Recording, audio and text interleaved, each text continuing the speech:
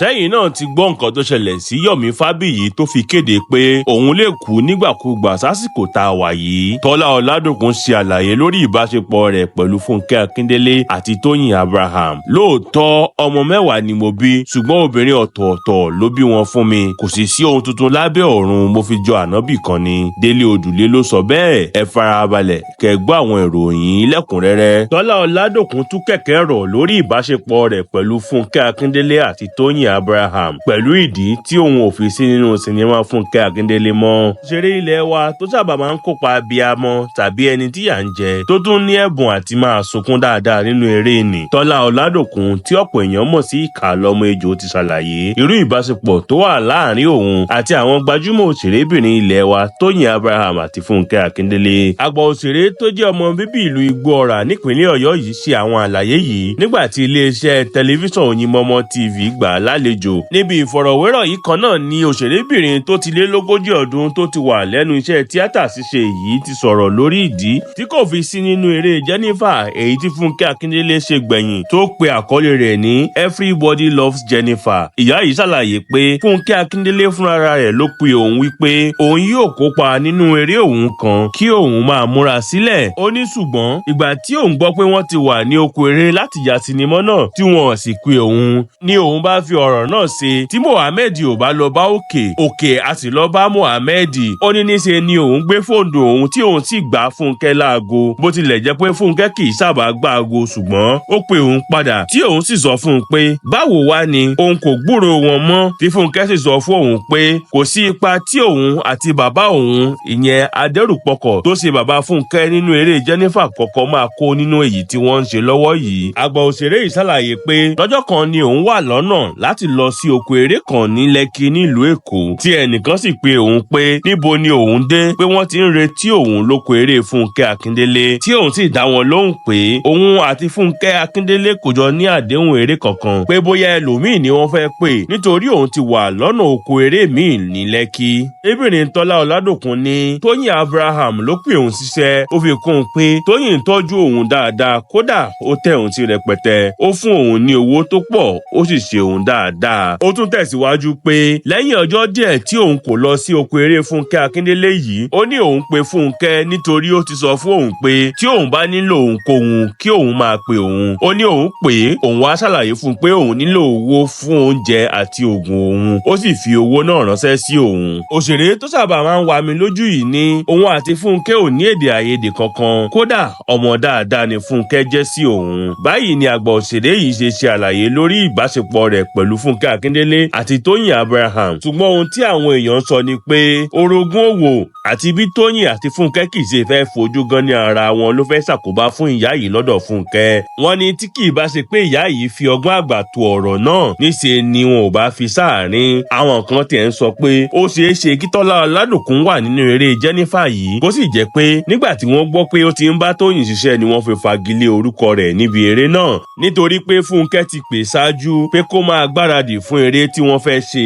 Ṣùgbọ́n ọgbọ́n àgbà ni àgbà òṣèré tí wọ́n tún máa ń pè ní ìkà lọ́mọ ejò yìí lò láti rí i pé ọ̀rọ̀ yìí kò dá wàhálà míì sílẹ̀ nítorí pé ó ṣeé ṣe kó jẹ́ pé ìgbà tí wọ́n gbọ́ pé ó ń lọ sóko eré Toyin Abraham ni wọ́n fi pè é padà. Àwọn kan sì ń sọ pé a ò lè fẹ́rù eléyìí kù láàrin àwọn èèyàn tó bá jọ ń ṣiṣẹ́ kan náà. Wọ́n ní látàyébáyé ni orogún òwò ti máa ń wà torí gbogbo ẹni tó bá ń ṣiṣẹ́ tàbí ṣòwò ló máa fẹ́ fakọyọ láàrin àwọn akẹgbẹ́ wọn. Ẹ̀yin abiyamọ gbogbo ọmọ Nàìjíríà pátápátá ẹ jọ̀wọ́ ẹ kún fún àdúrà lórí òṣèré ilẹ̀ wa Yomi Fabiyi o.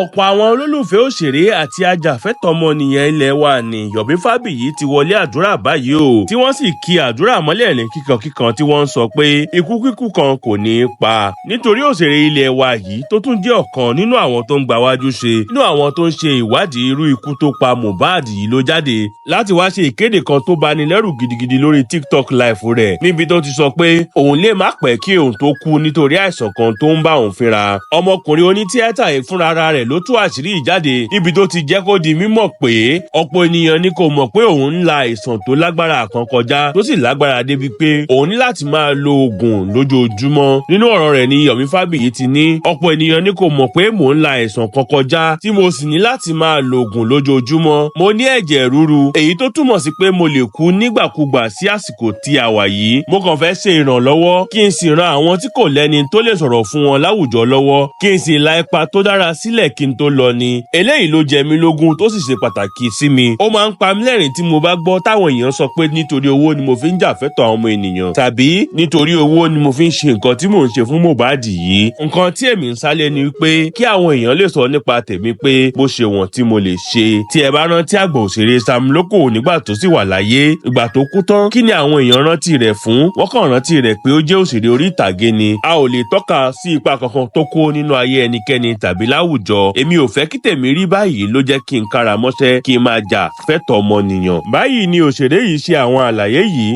tí àwọn èèyàn sì ń fún lésì pé ikú kankan ò ní pa nítorí ikú kì í pẹ̀tà lójú ran. Àwọn kan ní kó ṣe àmójútó ara rẹ̀, kó sì ṣe ìtọ́jú ara rẹ̀ gidigidi, kó wá gbẹ́rù ẹlẹ́rù sórí kó fa tiẹ̀ dání. Táwọn kan sì ń fèsì pé àìsàn ẹ̀jẹ̀ ríru kì í ṣe àìsàn tó máa ń yára pani bẹ́ẹ̀, pàápàá jùlọ tí onítọ̀hún bá ṣe àmójútó ara rẹ̀. Tí ẹ ò bá gbàgbé, àìpẹ́ yìí ni òṣèré yìí jáde tó ní òun ní fídíò kan tó tú àṣírí bí Mohbad ṣe jáde láyé tí àbúrò rẹ̀ ìyẹn Àdúrà Lọ́ba fi ránṣẹ́ sí òun. Ṣùgbọ́n tí àwọn ọlọ́pàá ń fi ọwọ́ bò mọ́lẹ̀, sọ nínú àtẹ̀jáde rẹ̀ yìí pé òun ò ní dìbò fún ààrẹ orílẹ̀-èdè Nàìjíríà Aṣíwájú Bọ́lá Ahmed Tinubu tàbí ṣe àtìlẹ́yìn fún ẹgbẹ́ APC tí ìjọba rẹ̀ kò bá dá sí ọ̀rọ̀ Mohbad tí àwọn ọlọ́pàá ń fi ọwọ́ bò àṣírí àti àwọn ẹ̀rí tó tọ́ka sí bí ọ̀dọ́mọdé olórin náà ti jáde láyé mọ́lẹ̀. Lóòótọ́ ọmọ mẹ́wàá ni mo bí, obìnrin ọ̀tọ̀ọ̀tọ̀ sì ló bí wọn fún mi. Kò sí ohun tuntun lábẹ́ ọ̀run, mo sì fi jọ àwọn ànábì kan ni. Àgbà òṣèré ilẹ̀ wa Dele Odule ló sọ bẹ́ẹ̀. Kàyéfì ńlá ló ṣe ọ̀pọ̀ àwọn ènìyàn, kódà níṣe ni wọ́n lanu sílẹ̀ tí wọn ò lè pàdé.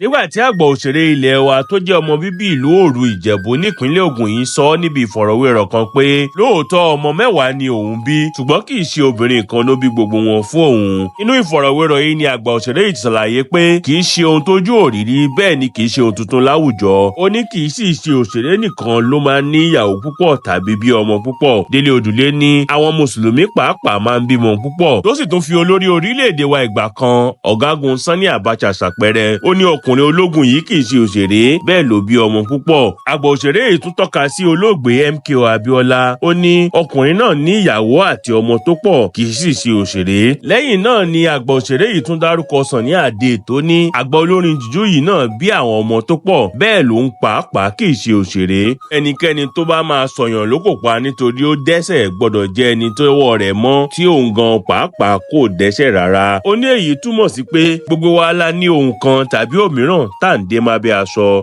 Ó fi kún un pé nítorí òun jẹ́ ìlúmọ̀ọ́ká ni àwọn èèyàn ṣe ní àǹfààní láti mọ̀ nípa ìgbésí ayé òun. Báyìí ni àgbà òṣèré tó ti lé lógójì ọdún tó ti ń bá iṣẹ́ òṣèré orí ìtàgé yìí bọ̀ ṣe àlàyé tí àwọn èèyàn sì kọ ìhà oríṣiríṣi sí ọ̀rọ̀ tí àgbà òṣèré yìí sọ. Bí àwọn kan ṣe ní ojúkòkòrò àti àìmójúkúrò ló ń yọ àgbà òṣèré yìí lẹ́nu, làwọn míín sọ pé ó dìgbà tí àwọn bá rí àwọn ọmọ rẹ̀ yìí kí àwọn tó gbà pé ó kápá láti bí àwọn ọmọ náà, tí àwọn míín sì ń gbé lẹ́yìn rẹ̀ pé kò sí ohun tí ojú ò rí rí. Wọ́n ní òun pàápàá kọ́ ni ẹni àkọ́kọ́ lágbo òṣèré tó máa bímọ púpọ̀. Wọ́n ní níwọ̀n ìgbà tí kò ti tọrọ ohunkóhun lọ́wọ́ ẹnikẹ́ni láti tọ́jú àwọn ọmọ rẹ̀, táwọn ọmọ tàbí ìyàwó rẹ̀ kò sì jáde láti sọ pé bàbá àwọn kò tọ́jú àwọn. Wọ́n ní kíkálukú rántí ẹ̀. Obìnrin kan tí orúkọ rẹ̀ ń jẹ́ Sadiat Yaya tó sọ̀rọ̀ lórí ọ̀rọ̀ yìí sọ wípé ṣé òun nìkan ló lọ́mọ púpọ̀ lágbo òṣèré ni? Ọ̀gá Bello ní 18, Jídé Kòsọ́kọ́ ní bíi 12 tí wọ́n sì ń tọ́jú wọn dáadáa. Ẹlòmíì kò bí ju ẹyọ kan lọ tí kò sì tọ́jú rẹ̀. Níwọ̀n ìgbà tó bá ti ń ṣẹ̀tọ́, kíkálukú fi Dele Odule sílẹ̀ kó kọjú mọ́ ọ̀rọ̀ ayé ara rẹ̀.